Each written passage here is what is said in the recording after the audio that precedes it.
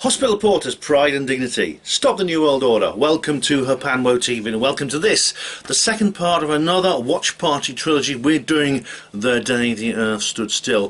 If you haven't already, please do go and watch the introduction video. Link in the description box as always. Also, it's important that you actually watch the film before you watch this review, because there will be spoilers. We're going to take a deep dive into this classic 1951 sci-fi movie. I did put up the introduction a couple of weeks ago, so I am assuming you guys have watched it now, if you want to watch it. There will also be a live stream after this particular video, so stay tuned for that as well. But so this is the film we're reviewing, The Day the Earth Stood Still. I've got the remastered DVD edition of this one. Amazing movie. I mean, it's you can just see there. You can just. I'll say first of all, it is really quite an amazing film. I'll just show you the back cover there. It's the kind of film I just don't think you could get nowadays. It's just not made these days, and I don't think you could make it. It's in so many different forms. Its style, its script, its acting, its themes, everything about it is just. It says so much about the past, about. I know that people tend to be a bit over-nostalgic in what we call Hiraeth in Wales, which is, we tend to see the past through rose-tinted glasses. No doubt people in 1951 had the same ideas. But the film, I don't know how much detail I can give. I don't think it's going to be a very long video, actually. It certainly won't go as long as, over an hour, it won't go as long as the They Live one, which is about over an hour for They Live. This film was a lot simpler than They Live. It's basically about what people used to call World Contact Day or the White House lawn landing day, things like that. Although this particular spaceship doesn't land on the White House lawn, it lands very close to the White House in Washington DC, USA. The titles, I mean, it begins with these really spooky titles. Now I should mention something about the score to this film. It contains a lot of I can't help thinking it may have inspired whoever composed the Star Trek score, because some of the riffs are very similar to the Star Trek theme, do do da da da, that sort of thing, and it also contains these kind of woo sort of synth noises. It's a very early kind of synth noise, which you often get in films from that period. And interestingly, this woo sort of sound, which you associate with sort of spooky sci-fi alien stuff from films of that period. It's that sound where skeptics get the word woo and woo-woo to describe people like us. This film, it's remarkable. There's no doubt whoever was behind this film has studied ufology. That is the writers and directors. They've studied ufology. Was it Edward North? I think his name was. Yeah, Edward P. North. Who was the writer of this particular film. It's actually based on another short story. It seems like short stories do tend to make films in this sort of way, just like They Live. And it's a contemporary film, set and made in the sort of late 40s, early 50s period, which is just really just after the beginning of the great post-World War II global UFO flap, the UFO craze, which we are arguably still in today.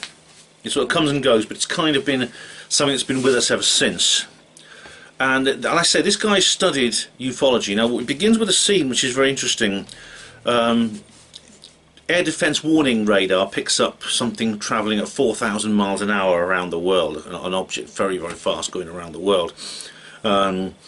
This actually happens. Now, I find it very interesting, actually. This film was made before the July 1952 Washington invasion. It was actually released the year before that happened. But it's remarkably how similar it is to that, where Washington DC was basically overflown by a large number of unknown objects. They were picked up on radar. They were seen by several witnesses. At one point they got quite close to the White House and the halls of Congress. And this is similar. You have like you get scenes from several places in the world. People speaking foreign languages.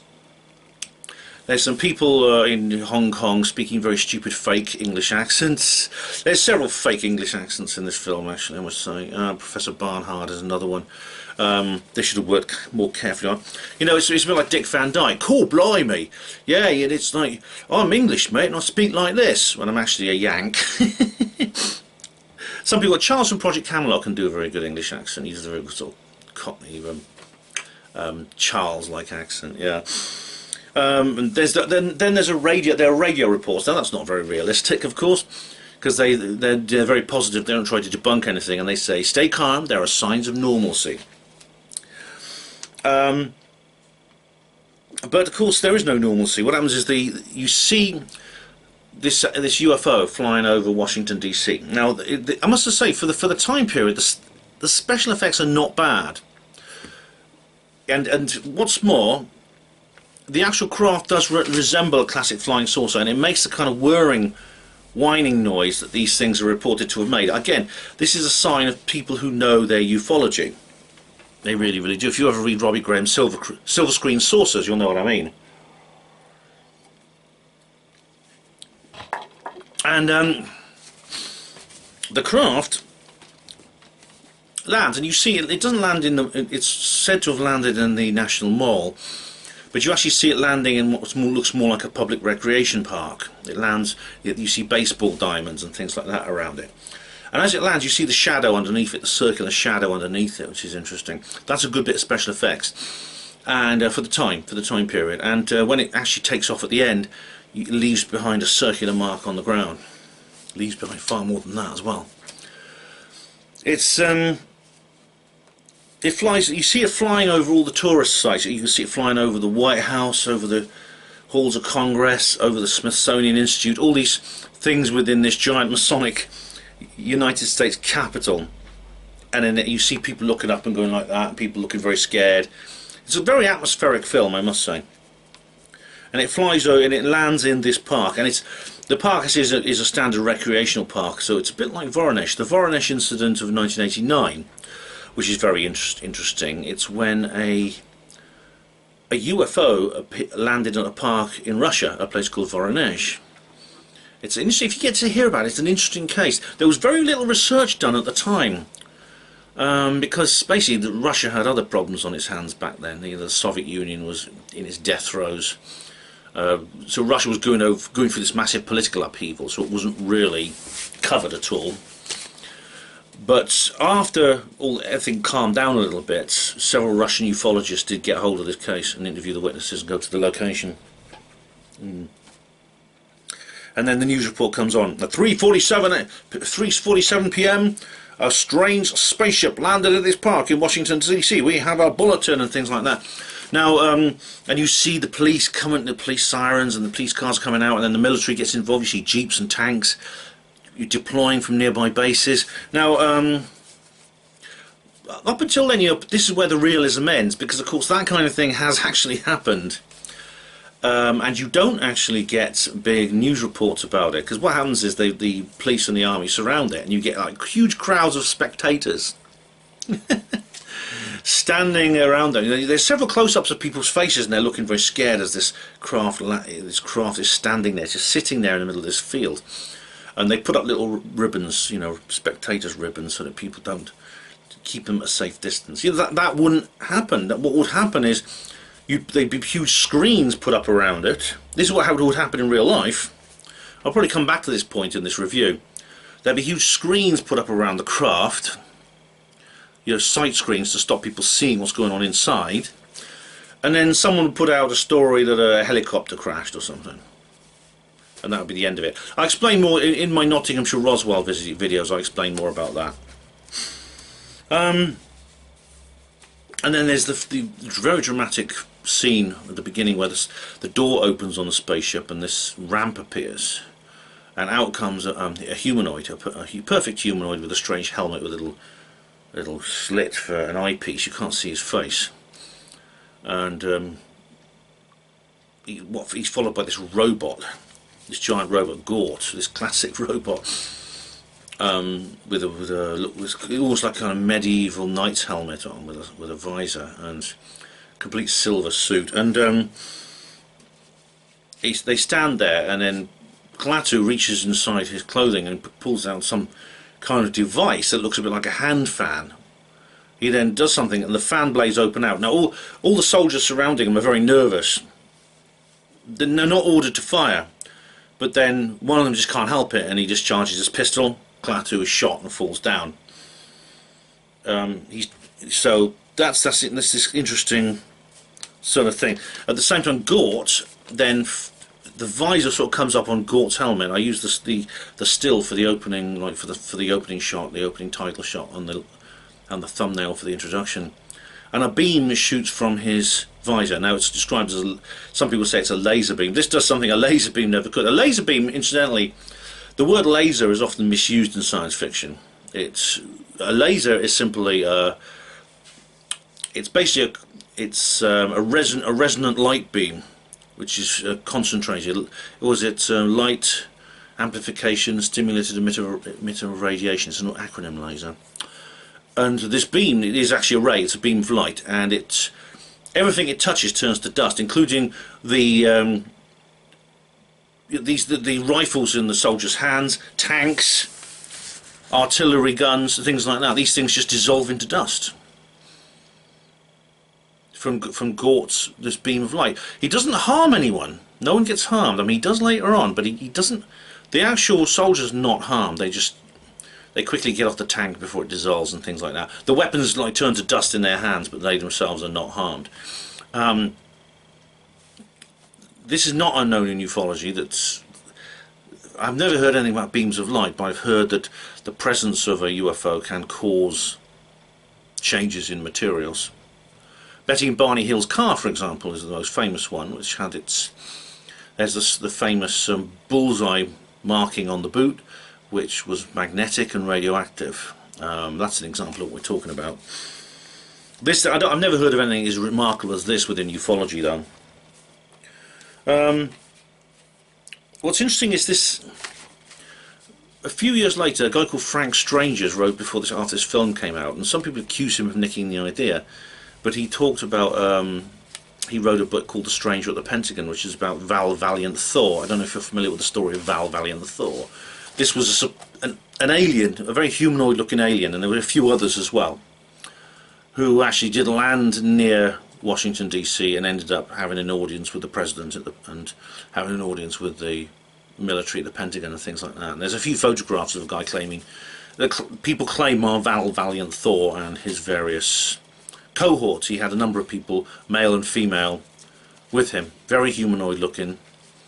Very classic sort of Nordic-looking aliens, as indeed Klaatu is. Although he has a swarthy look about him. You know, he's not like blonde-haired or anything, or blue-eyed, but he's clearly a very humanoid alien. And I mean, I know a lot of people, not so much ufologists, but exobiologists, will say, "Oh, that's a bit silly." You know, he's just an ordinary man. Well, firstly, making him look different would have been a bit tricky, not least because it would interfere. They'd have to change the plot, because of course he goes undercover within our world among humans.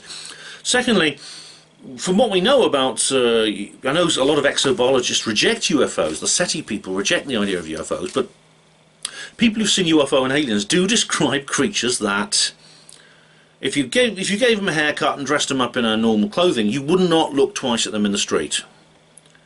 They might have slightly larger eyes and things like that, but basically they are like us. It makes you wonder how that came about. Are we related to them? I mean, these are questions that a lot of people ask. Klaatu is the alien's name is Klaatu. Again, that is a variation. It's a diversion from standard science fiction of the era. Normally, in science fiction of that era, the aliens were called Pluribus or Zeus, or they'd have some kind of name, or they'd be called Cassiopeia Keith or something like that. They'd have some kind of name which indicates a link to human culture and the Earth. Usually classic names for stars or constellations. And even in more recent sci-fi, you know, rather cheesy things like Battlestar Galactica, which, again, Battlestar Galactica has a lot of... I'm talking about the 70s series. I know there's another one that came out more recently. It's not so good.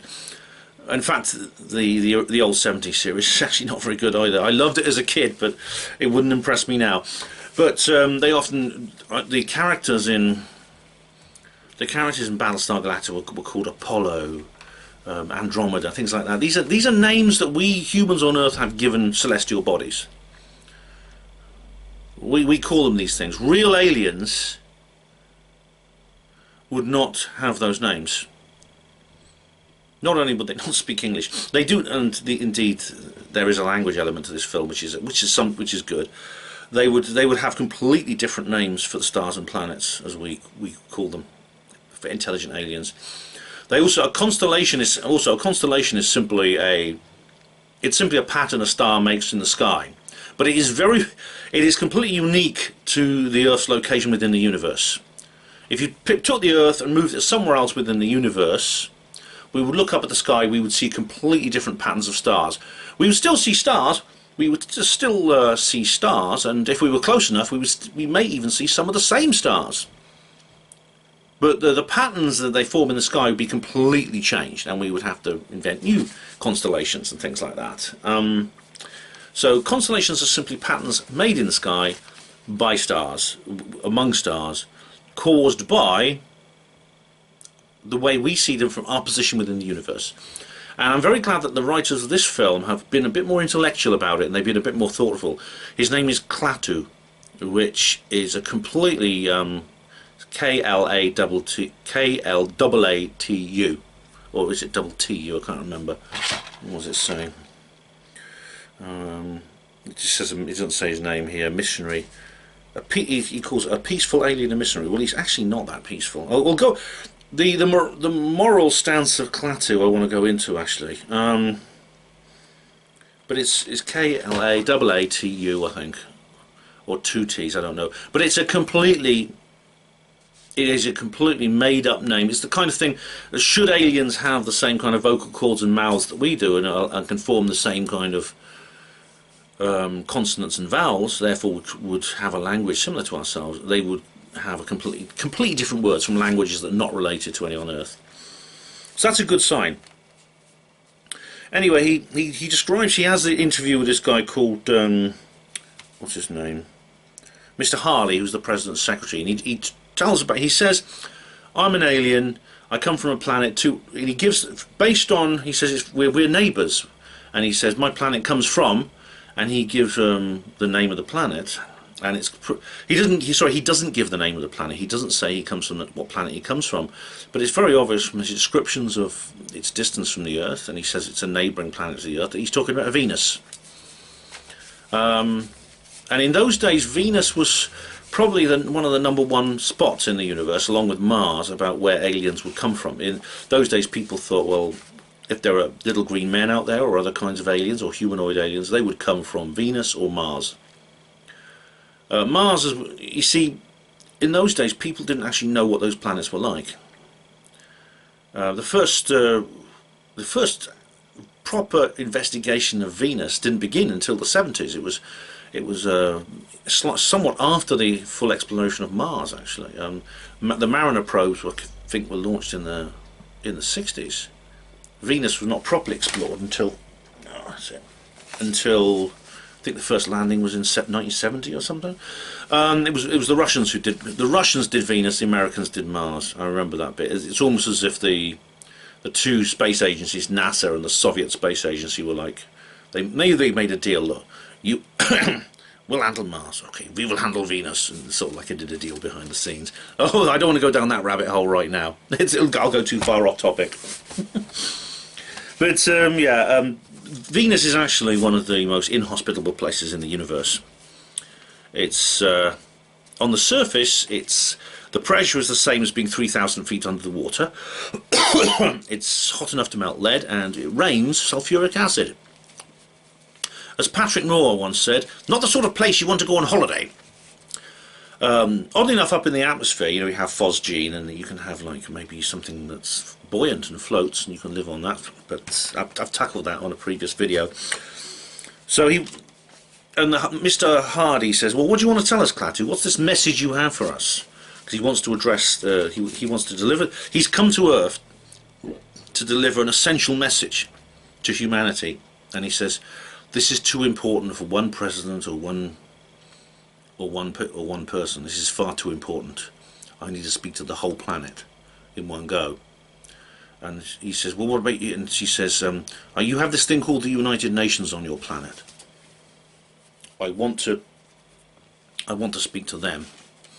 And Hardy says, "Well, I'll see if I can sort it out." And he sends off a few telegrams, and they come back with a big negative. And then Klaatu says, "Well, maybe I can I leave? I want to speak to your ordinary people. I want to wander the streets and maybe talk to ordinary people." He looks out the window at some people walking past. Harley says, "No, I'm afraid we're going to lock you in there." So he locks the door, and Klaatu was locked in. But of course, the thing about Klaatu is, Klaatu seems to have almost supernatural powers.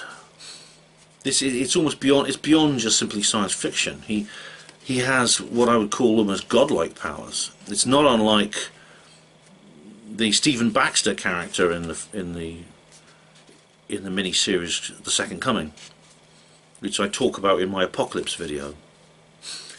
He unlocks the door and walks out. He escapes, and they just come back. The nurse goes in the morning because he's in hospital being shot. He's healed himself very easily because he says there's medical technologies far in advanced. He's actually 73 years old, but he looks like he's in his mid-30s because of medical technology on his planet. He walks out. He steals someone's clothes, someone called Carpenter, and he assumes the name of someone called Carpenter. And that's when he meets the Benson family. He finds there's a room to let in their house. They have lodgers, and he takes the room.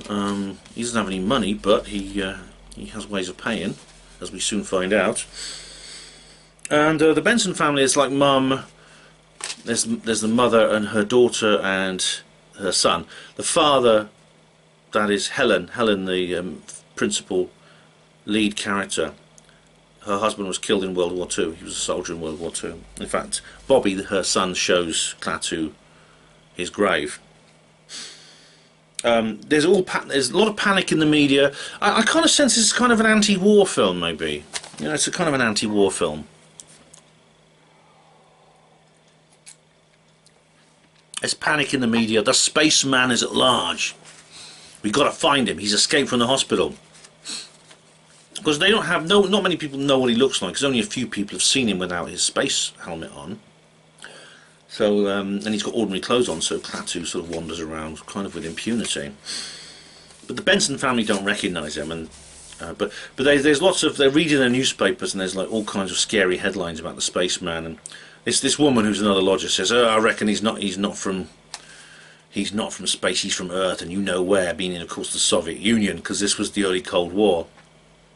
And it's important to realise that the threat of nuclear annihilation, which we've kind of, people of our generation have kind of grown up with, was completely new back then. It started with, firstly there was the Hiroshima bombing, but then a few years later the Soviet Union detonated their first bomb, and everyone realised, my God, we could actually have a full-scale war involving these weapons which should destroy the Earth.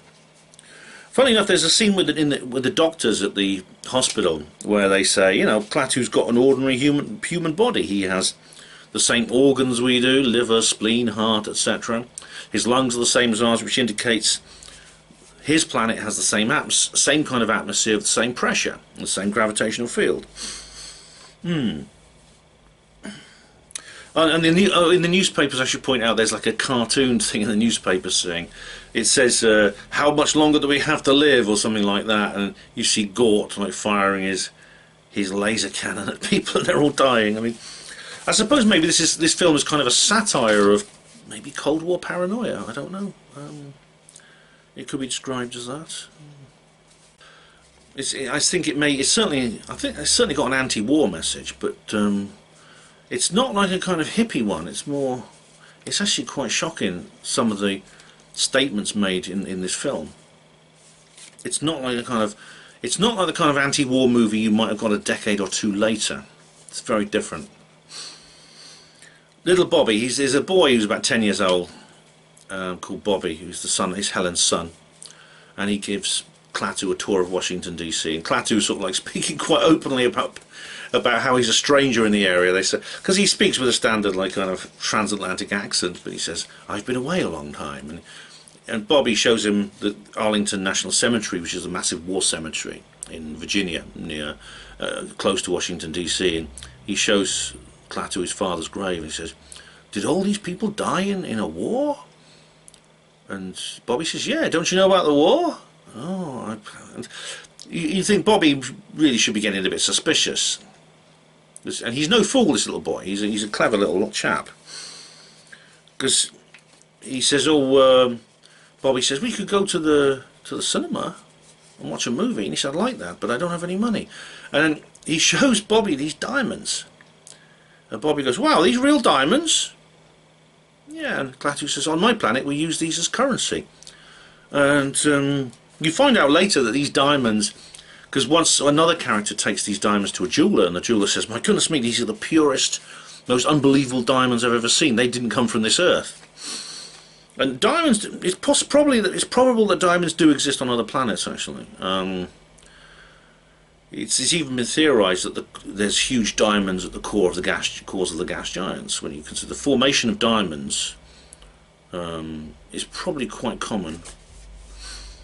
But of course, the problem is, like, obviously, like if Klaatu gave too many of them away, there'd be a kind of a diamond mountain which would cause the price to plummet. You know, this is the blood diamond thing, where they keep the diamonds in the ground. So they deliberately don't let people mine them because they're scared of what they'll do to the price. But anyway, they show him the statue of Abraham Lincoln, and Klaatu looks up and reads this kind of statements that Lincoln made, or are carved on the Lincoln Memorial, and he says, "That's the kind of man I want to talk to."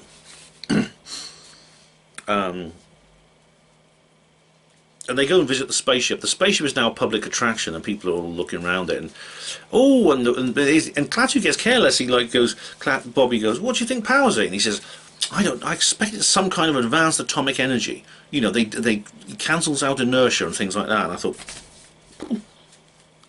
he's almost like other people are listening in and saying, like, I think Klaatu's getting a bit careless. Like, people might start wondering if he really is the spaceman. And then they go and visit this guy called Professor. Klaatu asks, "Well, is there anyone in this world, like, who's the cleverest man on Earth? Who's the greatest man? Who's the greatest human on Earth?" And Bobby says, "Professor Barnhart, who's this very clever scientist, who's been called in by the government to sort of deal with the alien problem, the spaceship." And they go and visit Barnhart at his home. Klaatu unlocks the door with his secret powers. And Barnhart, this was actually copied in Battlestar Galactica, this scene.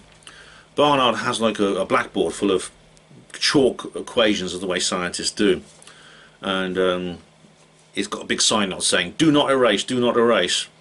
And Klaatu just picks up the chalk and he says, he's not done badly, but he's going to get it right. He's got it a bit wrong, and I'll solve it for him. So Klaatu then solves the problem for him because he's a super intelligent alien. And then he leaves his phone number, he leaves his address behind and says, "Professor Barnhart will want to talk to me." And he left that behind, knowing that Barnhart's going to come in, see his problem solved, and realise he's dealing with someone very special, and he's going to want to go and see him. Barnhart is kind of this classic scientist type person, big scruffy ball of hair, again a kind of transatlantic accent, maybe fake English accent. He's got this short little guy, sort of Einstein look-alike type person. The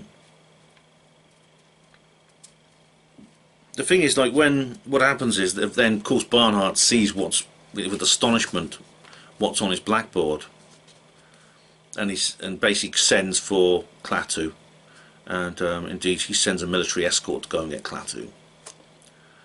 And but he doesn't say his name. He calls him Mr. Carpenter because that's Klaatu's fake name. And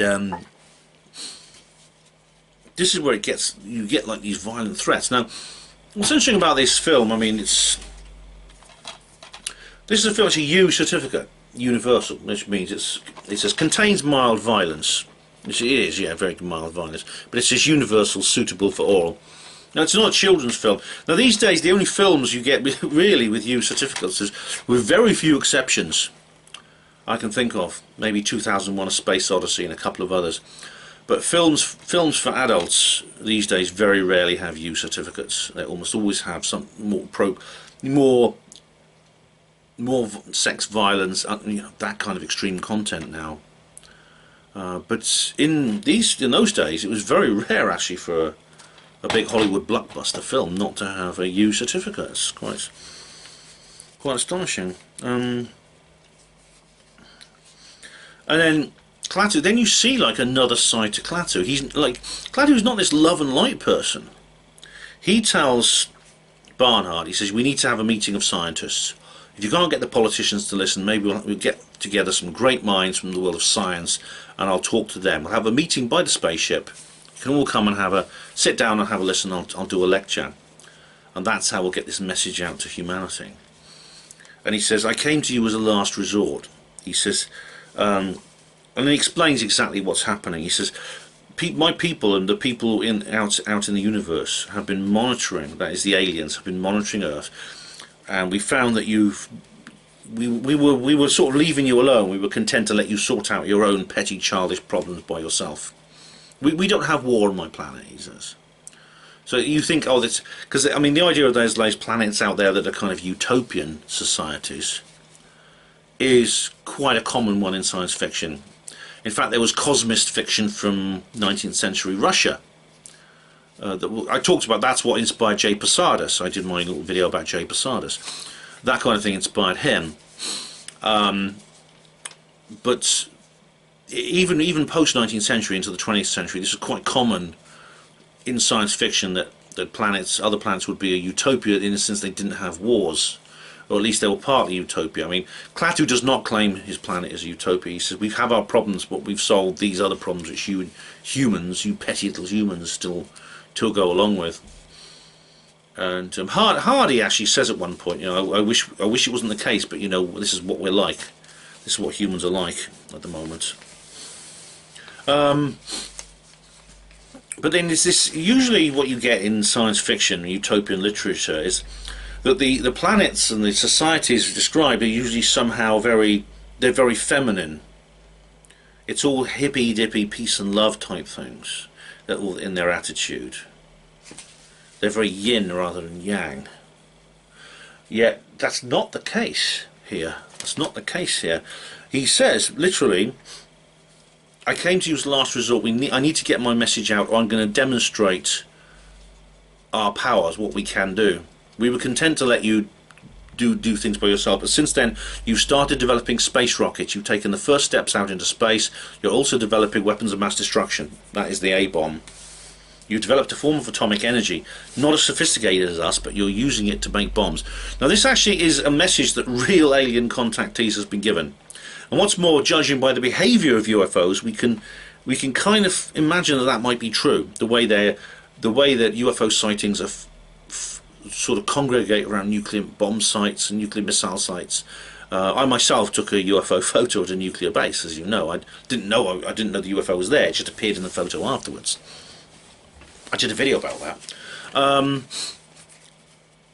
But this kind of makes sense that if there were aliens out there, and they were just watching us and monitoring us and thinking, well, they're all right. It's just their planet.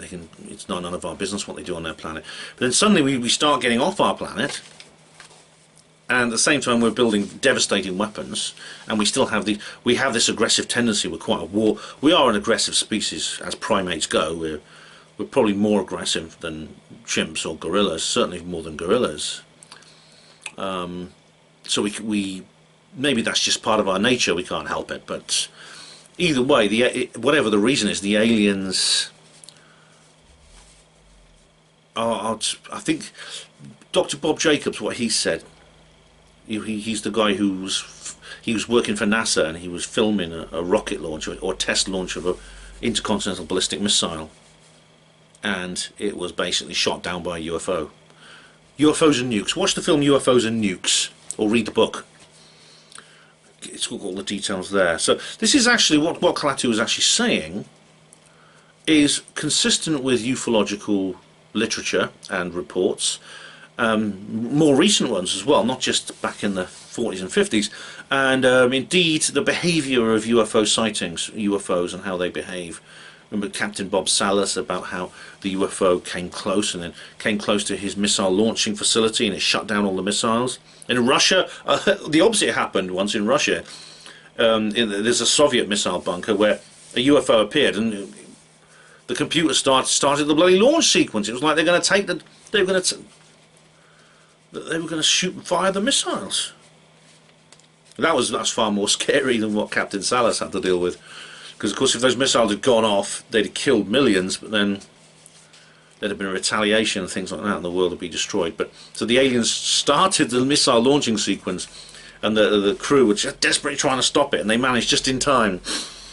But he says, like, he didn't say, well, he didn't sort of like do the usual thing.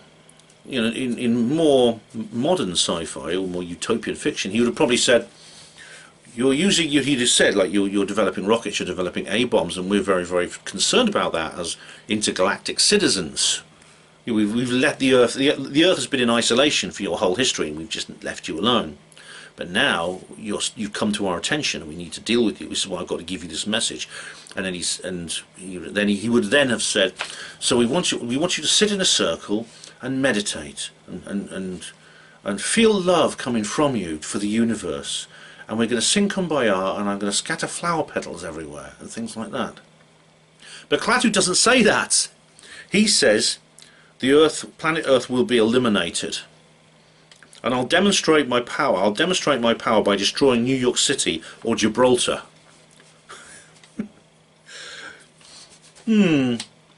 Not exactly a VW Dormobile driving kind of pink sunglasses John Lennon type, is he? And Barnard then goes away to arrange this meeting of scientists. When he comes back, however, the Bensons are suspicious of him, because Bobby, what happens is, Bobby the kid is getting on very well with Mr. Carpenter, and it's funny enough, he's got this. He asked to borrow a torch. He says, "You got a torch? I need to, like, the light's gone in my room." And then he sees that Bobby's got a little electric train set, and he says, "On my planet, you know, I'll tell you about it. We have trains that don't need tracks." He goes, "Wow, really?" And maybe that's a suggestion that they have anti-gravity. I mean, presumably this spacecraft has some kind of anti-gravity, and indeed the spaceship Klaatu actually comes from his planet on. Klaatu actually talks about eliminating inertia. He gives the incorrect definition of inertia. He says he defines inertia actually in the script under Newton's first law, that a body will remain in a state of motion until another force is acted upon it. Inertia is different. Inertia is actually the second law, Newton's second law, which is, I think it's the second law, which is when a force is acted upon an object, it doesn't act immediately. There is a reluctance. Or it takes effort to move this object. It doesn't automatically move. Mass itself has a kind of laziness to it, and that's what inertia means, laziness in terms of changing its state of motion. So that's a bit of science they got wrong, that a good old ex-hospital porter has proved them right on. So the Bensons are becoming suspicious of,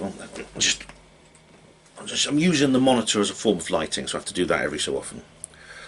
Now Helen has this guy, she's got a boyfriend called Tom who wants to marry her, and Tom is like, he's feeling a little bit put out because there's this sort of tall handsome stranger there, you know, he feels in Helen's life and he doesn't like it, and he finds that Bobby gives him a diamond, and he says, blimey, he's the one who goes to the jeweler and finds out that the diamond is not from this earth.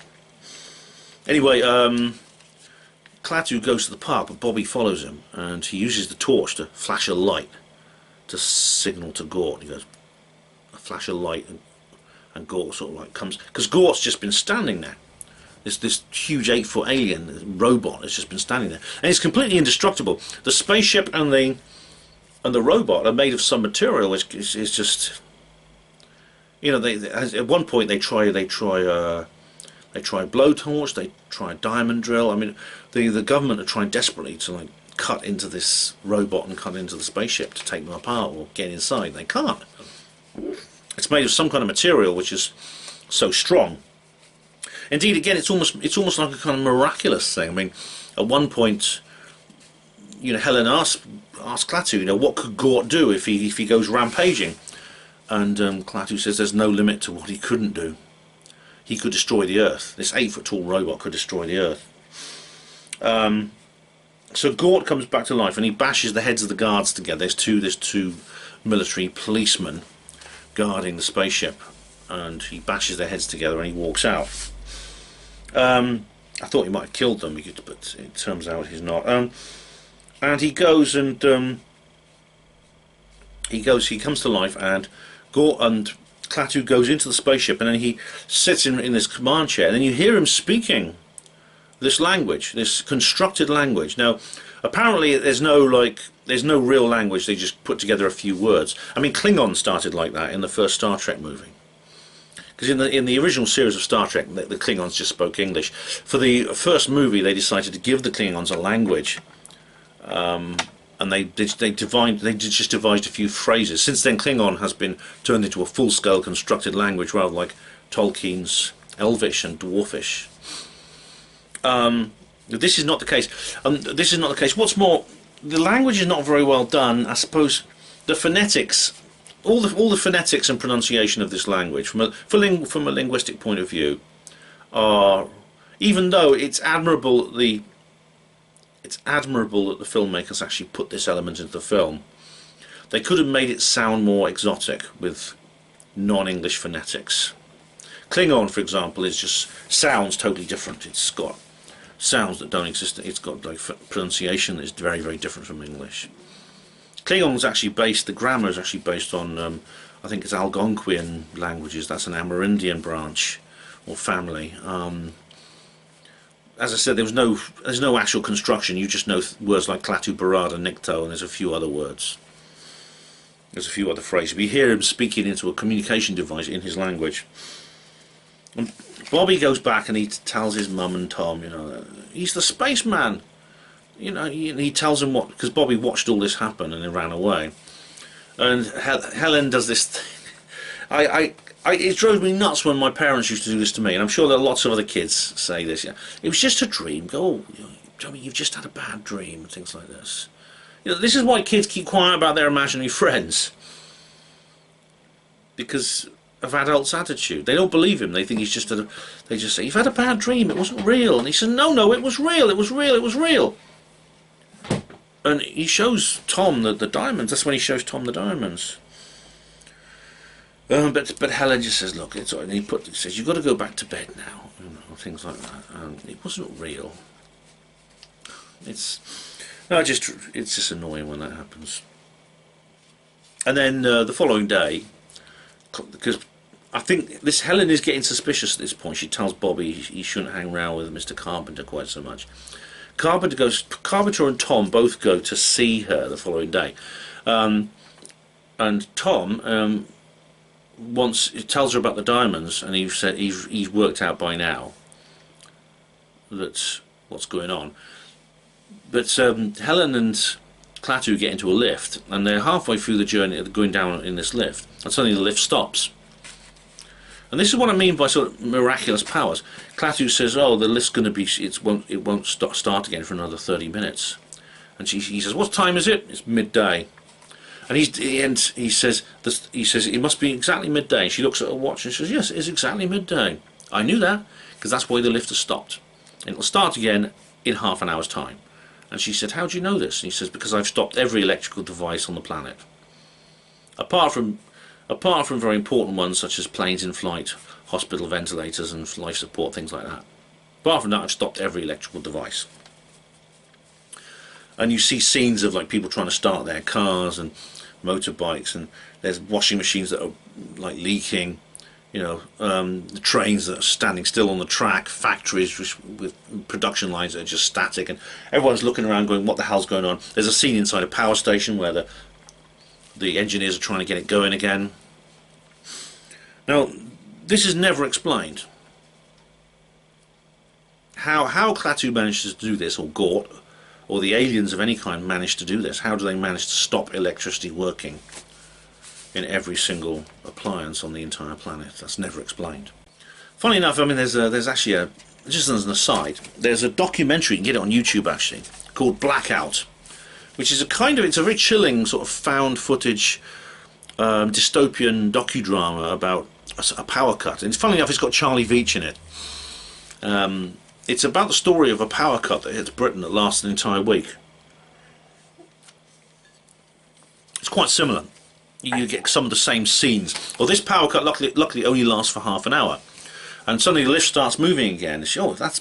He said it must be 12:30. She looks at her watch. Yes, exactly 12:30. So he stopped all the electricity for half an hour. It turns out he's done this to demonstrate to the scientists how important this is. Barnhart's friends, the scientists, how important this is. But as I explained, there's no real explanation of the mechanism by which Klaatu achieves this. It is almost kind of miraculous. There's a lot of kind of like almost fantasy-like miraculous occurrences in this. Tom, though, is now very concerned about this. What happens is since Gort started wandering around, they've encased him in super strength plastic, which of course won't stop him. It's special tough plastic, and Tom is he now wants to like he calls the army. He says, look, that spaceman. He goes to warn Helen that Carpenter is the spaceman. Turns out she knows, and he says, you know what? And she says, yes, but you mustn't tell anyone, Tom, because by now Helen has now come round to Klaatu's way of thinking. You mustn't tell anyone. He's got a very important message, indeed. You mustn't tell anyone. And Tom says, damn that, I'm going to tell people. He doesn't use those words.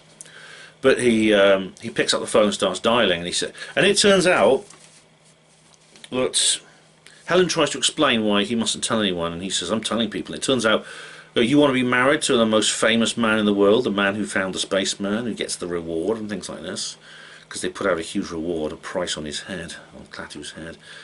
And it turns out that Tom is just really interested in fame and fortune and being the man who found the spaceman. So Helen says, I'm not marrying you, and runs off. Funnily enough, the man that Tom phones is called General Cutler. Now I don't know if there was a connection there, but Robert Cutler was actually the national security advisor to several presidents, including Eisenhower. And he served actually from 1953 to 55 and from 57 to 58. He was national security advisor to the president. Now Robert Cutler was also the guy who wrote to General Nathan Twining of the CIA, and in a very, very candid way. It's called the Cutler-Twining Memo, and you've probably heard of it. And there's a connection to MJ-12 and things like that. Basically, but this was not a part of MJ-12. This was something different. Who talks about how we know UFOs are real, but they must be treated with official ridicule and denial. That famous phrase, official ridicule and denial. But Tom calls General Cutler and says, I don't care. And Helen says, but there's a threat to the world. He says, I don't care about the threat to the world. I want to be famous. And things like that. I'm going to be rich. You're going to be marrying a rich, famous man. And she says, I'm not going to marry him. Good for her. There's some women who just said, I don't care. I want to marry a rich, famous man. But so what happens is Klaatu has to get to this meeting, but by now Tom's alerted them, so all the forces of law and order are now out to get him. And they get into a taxi and they're chased by the military in jeeps with machine guns, and they're going to try and stop Klaatu, and they've actually said, we'll take him alive if we can, but we might have to kill him. And indeed, eventually they're headed off and they're cornered. Klaatu is actually shot and killed. But the thing is, he's actually says, if anything, he said to Helen, if anything happens to me, go to Gort and say Klaatu Barada Nikto. Because you think he's dead now, isn't he? But so Helen does that. She goes to Gort, and Gort is really terrified. She thinks he's going to kill her, but then she says Klaatu Barada Nikto, and he suddenly changes. And he picks her up and he takes her into the spaceship, and then he goes out to get Gort. Gort goes out to get to Klaatu's lying. He's basically lying dead in a police station, and Gort goes out to get his body. But in doing so, he then uses his ray, his visor comes up and uses his ray on the guards. But he doesn't just destroy their weapons. He vaporizes the two guards. He literally goes, and it's like, and it's like the phasers on Star Trek. The guards just they turn into dust as well. That's what I mean. This film is morally ambiguous. That's what's interesting. That's what makes it interesting, I think. And he goes to. Helen is locked on board the spaceship. She can't get out. Gort locks her there. He then goes to the police station. He then uses his ray to make a hole in the wall and picks up Klaatu's body. No one can stop him, and because he's like this invincible robot. And this is where he gets interesting. He takes Klaatu back to the spaceship and puts him on this couch and uses the special machine, and he comes back to life. It's Lazarus style. It is. There is something a bit biblical about this, actually, and I thought this was a bit strange because at one point Klaatu tells Bobby when they're at the Arlington Cemetery, he says, "We have cemeteries on my planet, but not for war." And I thought that's a bit odd, but it's all explained later. I mean, this is something I could bring up in my Cryonics live stream if I ever get to do that, because other things keep getting in the way. But he's brought back to life, but then he explains to Helen that this can't restore life permanently, but only temporarily. He's not sure how long, but his body basically has been restored to life. And this is an important question. This comes back to the idea of cryonics, because I'll talk about this in the live stream.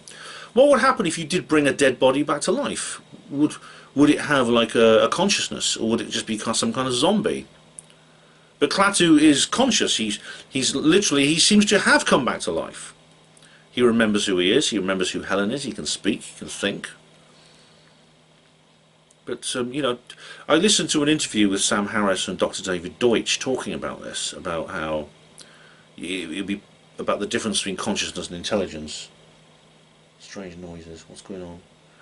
Oh, Liberace's been quiet anyway. And then he says something very interesting. He says you can't be brought back to life. And then he says, oh, only the Almighty Spirit can do that. Klaatu says. Now that indicates that these aliens have some kind of spirituality. They do have some kind of religion.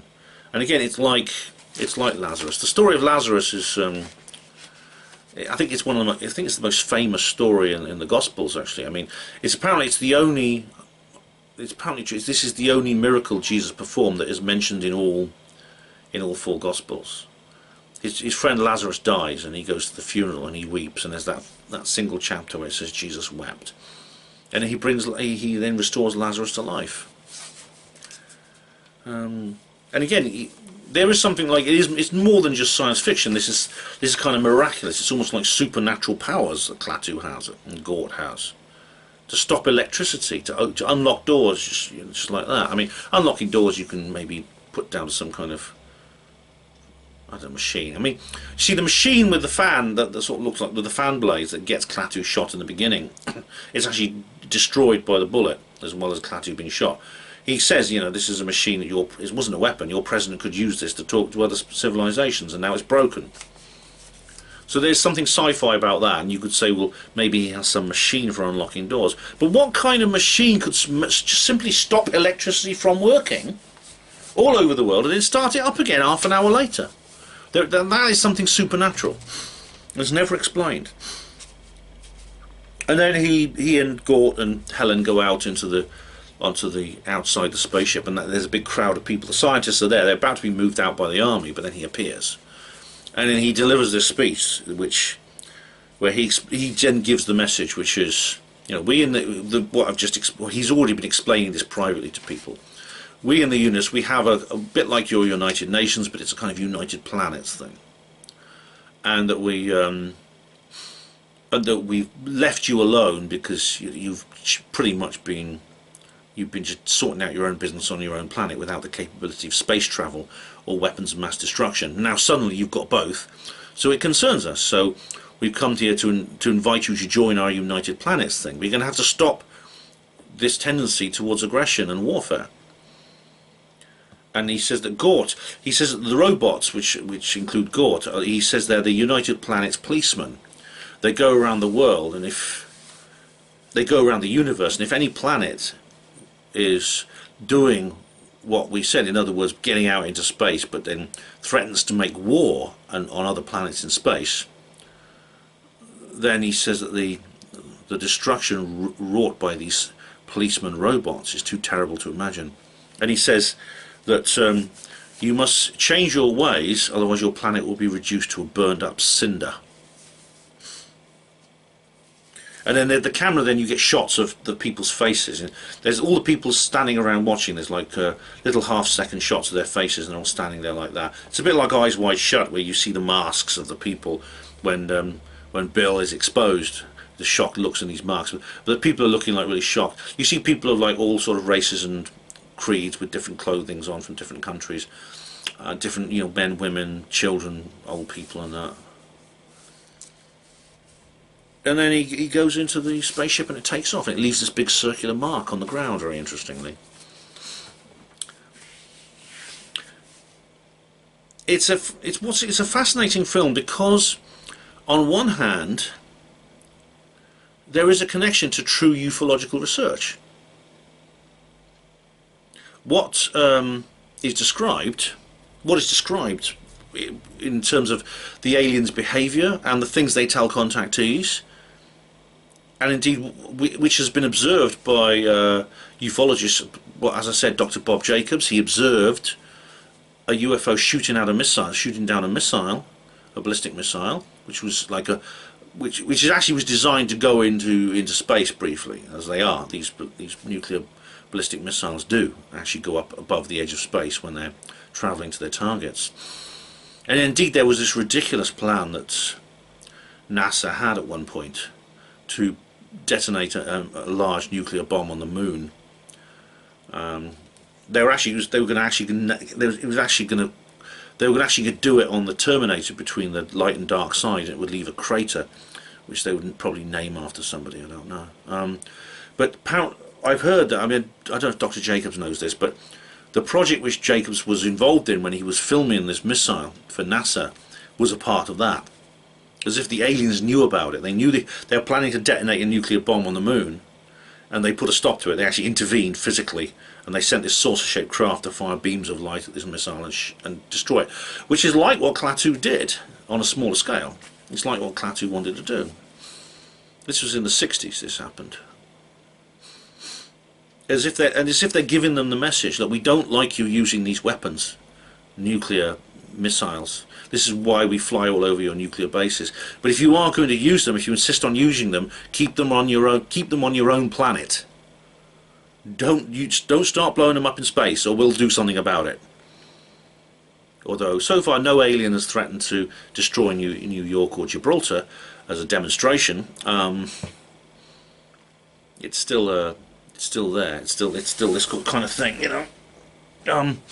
It's a kind of similar message. I mean, I don't know how much the scriptwriter and director and the person who wrote the original story know about that. I don't know how much they know about it.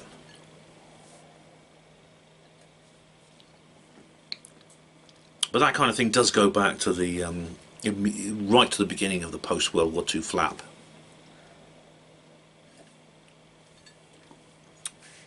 It's also interesting because when this thing comes down, there's immediate disclosure. It's talked about openly on the news. There's no attempt to suppress the presence of this spaceship and the spaceman. When the door first opens at the beginning and the spaceman comes out, the government allows spectators to come and watch. I mean, they run away pretty quickly, but after that, they do. They run even quicker when Gort starts firing his beams. But again, there's no like, oh, quick, put up the screens and tell them it's a helicopter. There's none of that. And for people who think that some kind of cover-up like that wouldn't be possible in the middle of a big city, it's happened. It has happened. It happened at Voronezh. It happened in Virginia. It happened in Nottingham and in north of Nottingham. Just because UFOs don't land at Devil's Armpit, Nevada, they do land in populated areas, and people say, well, because the skeptics always say, well, why don't they land in a populated area? Firstly, populated areas are less than 2% of the Earth's surface. Secondly, they do, and the government still cover it up because they control the narrative. They control what people think and feel and say. If you don't believe me, just watch my Nottinghamshire Roswell visit videos. Just watch them. So that's, I feel, I don't know if, certainly back then there would have been a cover-up. I don't know if it would happen now. I mean, this is the point. I'm actually curious to find out what will happen at the next crash retrieval incident.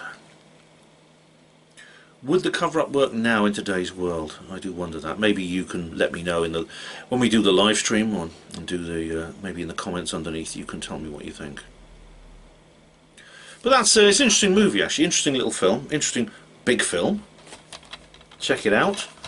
You can watch. You can get the DVD of it, or there's actually some extras I'm going to watch. There's some extra things. So it's always the way. Extra special features, full-length commentary by Robert Wise and Nicholas Mayer, whoever that is, theatrical trailer, movie tone news segment, restoration comparison. Alright, I'll watch those next.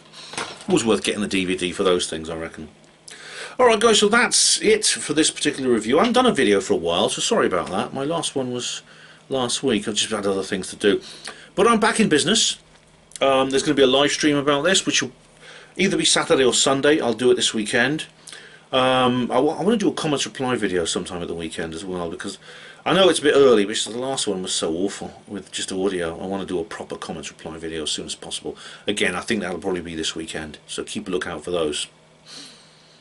But in the meantime, and we will come back to this subject. I hope you've watched the movie. I hope you've got lots of good questions and comments for me when I do the Day the Earth Stood Still watch party live stream, which is the third and final part of this little trilogy. And then we'll move on to other films. I've had some suggestions for other films for watch parties as well, so we'll do those too. I also want to do the Cryonics live stream, which I'll get done sometime this century. And a couple of other things as well. I want to do something about the Falklands War as well, because it's the 40th anniversary of that. So thank you all of you for watching Herpanmo TV yet again. Hospital Porters, Pride and Dignity, Stop the New World Order.